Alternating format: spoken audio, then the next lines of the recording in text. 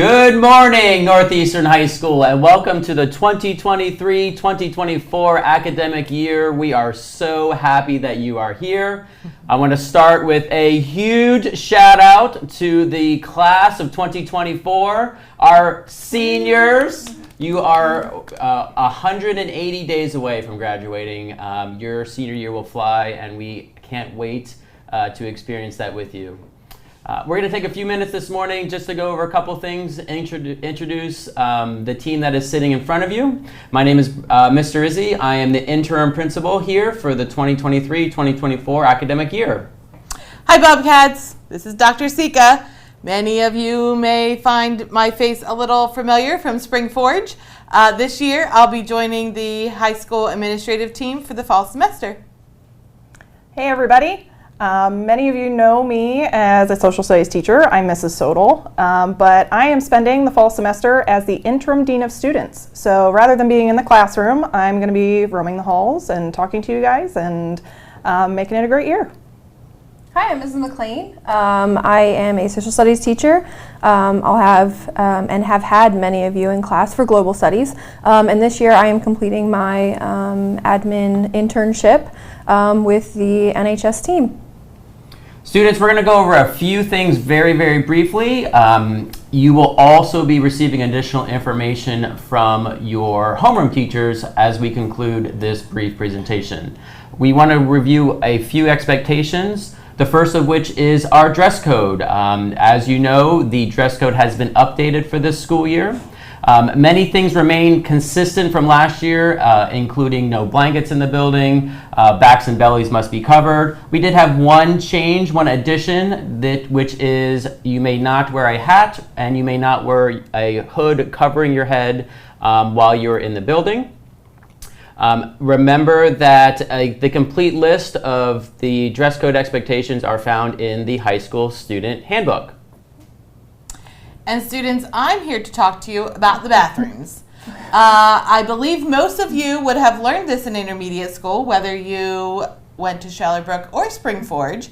But as a reminder, there is only one person in a stall at a time. Yes, one person. That's it. And we don't take food into the bathrooms, which again, most of you should already know. But if you are found taking food into the bathrooms, there will be consequences this school year. Just a heads up. Another change that we have this year is our entrance policy. So many of you know that we have had a new entrance and office sitting waiting for us to use in the natatorium area, commons area. So this year, when you come to school prior to 7:35, you can come in any door that's unlocked. So you can come in the main entrance that you're used to, the music door, the natatorium entrance. But after 7:35, all students are expected to enter the building using the new natatorium entrance. So you'll buzz in, and Mrs. Nyman will let you in the door, and you'll sign in and check in with her. So students during the school day, including if you have an abbreviated schedule, you will be coming into the building using the natatorium entrance. Now our old main entrance, that is going to be dedicated just for building visitors.